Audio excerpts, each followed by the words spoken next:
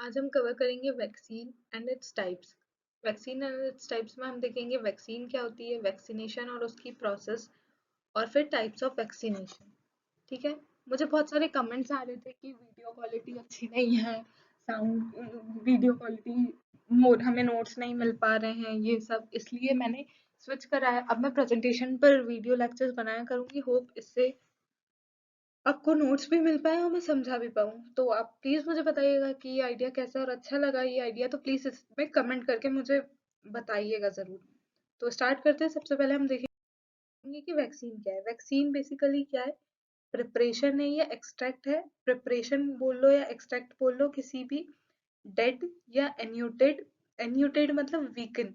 ठीक है, वीकन मतलब कोई भी जर्म है या पैथोजन है जो डिसीज कॉज कर रहा है, उसको क्या कर दिया हमने, वीक कर दिया, जिसकी वजह से वो अपने प्रॉपर फंक्शन नहीं परफॉर्म कर पाएगा।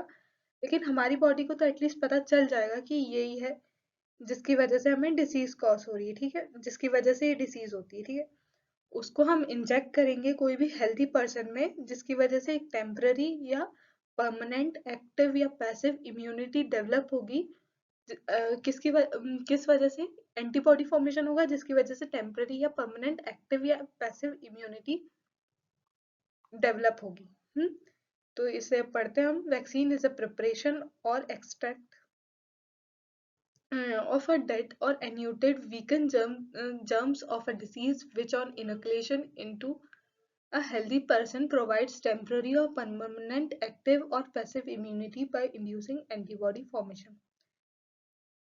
अब इसका एक सिंपल सी डेफिनेशन क्या होगी? Antibody provoking agents are known as vaccines. एक छोटी सी डेफिनेशन, ये तो हमने समझ लिया कि वैक्सीन क्या है, कोई भी एक्सट्रैक्ट है या प्रिपरेशन है डेड या एन्यूटेड जर्म्स का, डिसीज के, जिसको हम इंजेक्ट करते हैं हेल्दी पर्सन में, जिसकी वजह से उसके बॉडी में एंटीबॉडी फॉर्मेशन होता है और परमानेंट या टेम्पररी एक्टिव या पैसिव इम्यूनिटी डेवलप हो जाती है।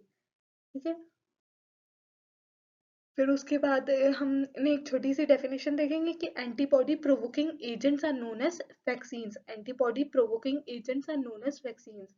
अब जो वैक्सीन्स हैं ये दो टाइप की हो सकती है, प्रोफाइलैक्टिक या थेरापेटिक। प्रोफाइलैक्टिक क्या होंगी? जो हमें वो वाले इन्फेक्शन से बचाएंगी जो हो चुके हैं, जो मतलब नहीं हुए, सॉरी, जो फ्यूचर इन्फेक्शंस अगर लाइफ में कभी इन फ्यूचर हों, उन सब से बचाने के लिए हम प्रोफाइलेक्टिक वैक्सीन्स का यूज करते हैं। ठीक है, उसके बाद है क्या है, उसके बाद है थेरापेटिक। थेरापेटिक जो डिसीजेस ऑलरेडी हो चुकी है, जैसे कि कैंसर, उन सब से बचाने के लिए हम कौन सी थेरापेटिक वैक्सीन्स का यूज करते हैं। और कुछ वैक्सीन्स क्या है, हमें इन्फेक्शन से कम्प्लीटली बचाती है। तो हमने इसमें क्या देखा, सबसे पहले क्या है कि वैक्सीन क्या है, एक प्रिपरेशन है, एक्सट्रैक्ट है। फिर एक छोटी सी डेफिनेशन कि antibody provoking agents are known as vaccines. फिर उसके बाद की वैक्सीन्स थेरापेटिक हो सकती है या प्रोफाइलेक्टिक हो सकती है, और कुछ वैक्सीन कंप्लीट प्रोटेक्शन देती है इन्फेक्शन के अगेंस्ट। ठीक है, अब इसके बाद हम देखेंगे वैक्सीनेशन एंड इट्स प्रोसेस। तो वैक्सीनेशन एंड इट्स प्रोसेस में सबसे पहले हम देखते हैं कि वैक्सीनेशन की एक डेफिनेशन। द तो the process of introduction of vaccine into an individual to give protection against a disease. तो क्या वैक्सीन का इंट्रोडक्शन कोई भी इंडिविजुअल के अंदर, ताकि वो डिसीज से बच सके, उसे हम क्या बोलेंगे, वैक्सीनेशन बोलेंगे। आजकल तो ये वर्ड से सब बहुत फैमिलियर है। और फिर वैक्सीनेशन में क्या करेंगे, हम क्या इंजेक्ट करेंगे, जो हमने जो एक्सट्रैक्ट बनाया है डेड या एन्यूटेड पैथोजन का, उसको हम इंट्रोड्यूस करेंगे बॉडी में उसे, और इस प्रोसेस को ही हम वैक्सीनेशन बोलते हैं।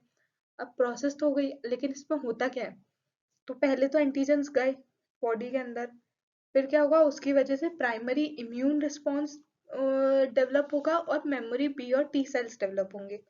अब प्राइमरी इम्यून रिस्पॉन्स भी डेवलप हो गया, मेमोरी बी और टी सेल्स भी डेवलप हो गए, देन उसके बाद क्या करेंगे हम, जब भी कोई वैक्सीनेटेड पर्सन पे कोई सेम पैथोजन जिसकी हमने वैक्सीन इंजेक्ट करी है वो अटैक करेगा, तो क्या है कि मेमोरी बी और टी सेल्स उसे तुरंत रिकॉग्नाइज कर लेंगे, क्विकली रिकॉग्नाइज कर लेंगे और इन्वेडर्स पे अटैक करेंगे, और जिसकी वजह से क्या, लिम्फोसाइट्स और एंटीबॉडीज फॉर्म होगी और इन्फेक्शन से बचा जा सकेगा। ये ऐसे ही है कि हमने याद कर लिया, जैसे कि कोई एक मुजरिम ही है, मान लो हमने सोच लिया कोई एक विक्टिम है, उसकी हमने शक्ल देख ली, हमें पता है वो अच्छा इंसान नहीं है, वो हमारी टीम का नहीं है, तो हमने एक बार याद याद कर लिया है, तो अगर वो अपने पास नेक्स्ट टाइम आएगा तो हमें तो याद हो गया है कि नहीं, ये इंसान हमारे लिए अच्छा नहीं है, तो हम उसे क्या नेक्स्ट टाइम रिजेक्ट कर देंगे, जिसकी वजह से हम उससे बच सकेंगे। सेम वे में ये फंक्शन करती है कि बी और टी सेल्स ने याद कर लिया है कि ये पैथोजन हमारे लिए सही नहीं है, हमारी बॉडी के लिए सही नहीं है, तो वो क्या करेगी, जैसे ही वो पैथोजन एंटर करेगा वैसे लिम्फोसाइट्स और एंटीबॉडीज का फॉर्मेशन करने लगेगी क्विकली, उसको रिकॉग्नाइज करने में टाइम नहीं लगेगा। ठीक है, इसके बाद हम देखते हैं कि टाइप्स ऑफ वैक्सीन्स। तो टाइप्स ऑफ वैक्सीन्स की बात करें तो बेसिकली मैंने ये लेक्चर में 7 टाइप्स ऑफ वैक्सीन्स को कवर करा है, और भी होंगी मुझे नहीं पता, मैंने ऑलमोस्ट सारी वैक्सीन्स को कवर करने का ट्राई करा है। ठीक है, तो सबसे पहले हम देखते हैं लाइव वैक्सीन्स और एट्यूनेटेड वैक्सीन्स। लाइव वैक्सीन्स या एट्यूनेटेड वैक्सीन से साफ समझ आ रहा है कि ये लिविंग पैथोजन से बनेगी, लेकिन ज्यादातर वो कैसी होती है, एट्यूनेटेड होती है। एट्यूनेटेड यानी कि ना जो पैथोजन को हम वीक कर देते हैं और फिर उसे इंजेक्ट करते हैं बॉडी में, उसको हम बोलेंगे एट्यूनेटेड वैक्सीन्स। ठीक है, और ज्यादातर एट्यूनेटेड वैक्सीन्स वायरल होती हैं, लेकिन कुछ बैक्टीरियल भी होती है नेचर में। एग्जाम्पल इसके क्या है, स्मॉल पॉक्स हो गया, येलो फीवर हो गया और इन्फ्लुएंजा वैक्सीन हो गया, ये इसके एग्जाम्पल्स है किसके, लाइव वैक्सीन्स या एट्यूनेटेड वैक्सीन्स के। इसके बाद हम बात करते हैं किल्ड वैक्सीन्स या इनएक्टिवेटेड वैक्सीन्स।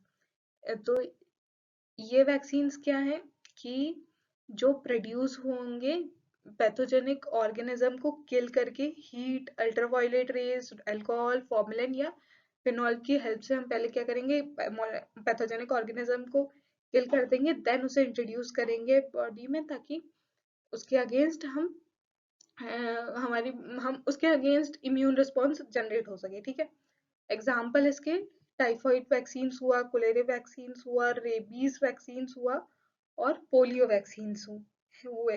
ये क्या है, इनके एग्जाम्पल्स हो जाएंगे।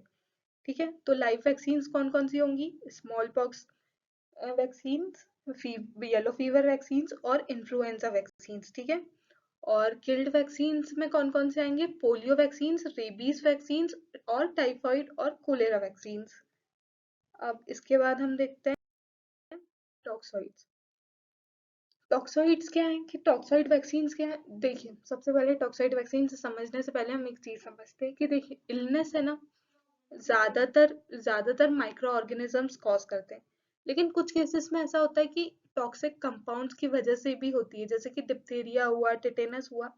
इस केसेस में क्या कुछ टॉक्सिक कंपाउंड्स की वजह से इलनेस कॉज होती है। तो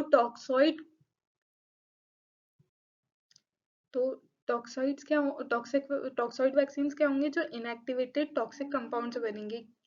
जो टॉक्सिक कंपाउंड्स इलनेस कॉज करते हैं उनको इनएक्टिवेट कर देंगे हम टॉक्सिक कंपाउंड्स को, और फिर उनसे वैक्सीन बनाएंगे और फिर उनको इंजेक्ट करके प्रोटेक्शन देंगे हम कोई भी डिसीज से। इसका एग्जांपल है डिप्थीरिया या टिटेनस, स्पेशली जो टॉक्सिन्स प्रोड्यूस करते हैं। तो the toxins produce by these organisms, और इनको डिटॉक्सिकेटेड करने के लिए हम ये टाइप की वैक्सीन्स को बनाते हैं। ठीक है, तो टॉक्साइड्स किसके लिए यूज होते हैं, टिटेनस और डिप्थीरिया जैसी चीजों के लिए। ठीक है, अब सब यूनिट और सेल्यूलर फ्रैक्शन वैक्सीन्स की बात करते हैं। अब देखिए लाइव वैक्सीन्स हो और किल्ड वैक्सीन्स हो, इसमें क्या हम यूज कर रहे थे, माइक्रो वो सॉरी पैथोजन को और उसके पूरे पार्ट को ले रहे थे, होल एजेंट वैक्सीन थी बेसिकली ये। ठीक है, लेकिन अब सब यूनिट में क्या है, सब यूनिट वैक्सीन में हम केवल एक फ्रेगमेंट को यूज करेंगे इम्यून रिस्पॉन्स को क्रिएट करने के लिए। ठीक है, क्या एक छोटा सा पार्ट लेंगे, मतलब कि ठीक है, सब यूनिट नाम से ही समझ आ रहा है, इसको याद करने में मुझे नहीं लगता कोई इशू होगा, क्योंकि नाम से ही हमें सब समझ आ जाता है। ठीक है ना, तो सब यूनिट वैक्सीन का एग्जांपल क्या होगा, हेपेटाइटिस बी, जिसमें हम surface of protein of virus को यूज करते हैं। ठीक है, तो अभी तक हमने 4 वैक्सीन्स कवर कर लिए, लाइव वैक्सीन्स, किल्ड वैक्सीन्स, टॉक्सॉइड्स और सब यूनिट या सेल्युलर वैक्सीन्स। ठीक है, इसके बाद हम देखते हैं कॉन्जुगेट या हेटेरोटाइपिक वैक्सीन्स। तो कॉन्जुगेट वर्ड से ही समझ आ रहा है, कॉम्बिनेशन। दो अलग अलग चीजों का कॉम्बिनेशन से जो वैक्सीन बने उनको हम बोलेंगे कॉन्जुगेट वैक्सीन। इसका एग्जांपल है Haemophilus influenzae type B vaccine. ठीक है, हेटेरोटाइपिक वैक्सीन को हम जेनेरियन वैक्सीन या हेटेरोलोगस वैक्सीन भी बोलते हैं। ये वैक्सीन्स क्या है, बनेंगी पैथोजन से, दूसरे एनिमल्स के पैथोजन से बनेगी। जैसे कि दूसरा कोई एनिमल है उसके पैथोजन से जो वैक्सीन बनी हो उसको हम हेटेरोटाइपिक वैक्सीन बोलेंगे। और वैसा पैथोजन जो हमें डिसीज कॉज ना करता हो, लेकिन और अगर करे भी तो बहुत कम माइल्ड डिसीज हो वो, तो वैसा पैथोजन को हम लेंगे, उसे हम क्या बोलेंगे, हेटेरोटाइपिक वैक्सीन। ठीक है, इसका एग्जांपल है काउ पॉक्स का यूज करते हैं हम अगेंस्ट स्मॉल पॉक्स। ठीक है, ये हो गए फिफ्थ कॉन्जुगेट और सिक्स्थ हेटेरोटाइपिक। ठीक है, उसके बाद है जेनेटिक वैक्सीन। जेनेटिक वैक्सीन तीन होंगी, viral vector vaccine, RNA vaccine और डीएनए वैक्सीन। जेनेटिक वैक्सीन में क्या है कि जो वायरल वेक्टर वैक्सीन है उसमें हम क्या सेफ वायरस को इंसर्ट करें। वायरल वेक्टर, सॉरी थोड़ा डिस्टरबेंस हो गया था। वायरल वेक्टर वैक्सीन क्या है, इसमें हम यूज करेंगे सेफ वायरस को पैथोजन के जीन्स को इंसर्ट करने के लिए हेल्दी पर्सन के अंदर, ताकि इम्यून रिस्पॉन्स